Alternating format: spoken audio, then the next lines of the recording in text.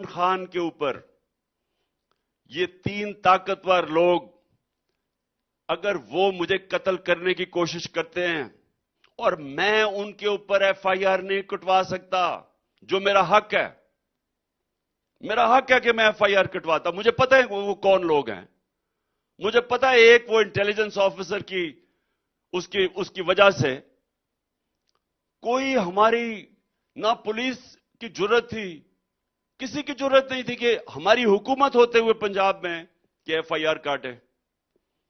और उसके बाद जब वो जॉइंट इन्वेस्टिगेटिंग कमेटी ने काम करना शुरू किया, हमारी पंजाब की गवर्नमेंट होते हुए, वो इतना ताकतवर आदमी थे, इन्होंने खत्म कर दिया, इन्होंने सैबोटाज कर दिया इन्वेस्टिगेशन, क्योंकि इन्होंने पकड़े जाना था।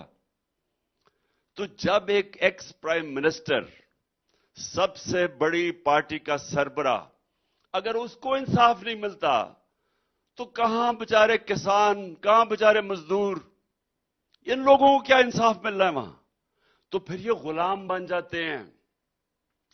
जब आपको इंसाफ नहीं मिलता आप गुलाम बन जाते हैं।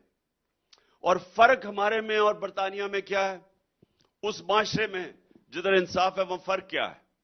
वहां फर्क यह है कि उधर की पुलिस कभी कोई नाजायज गैर कानूनी काम करते हुए डरती है, क्योंकि वो पकड़े जाएंगे।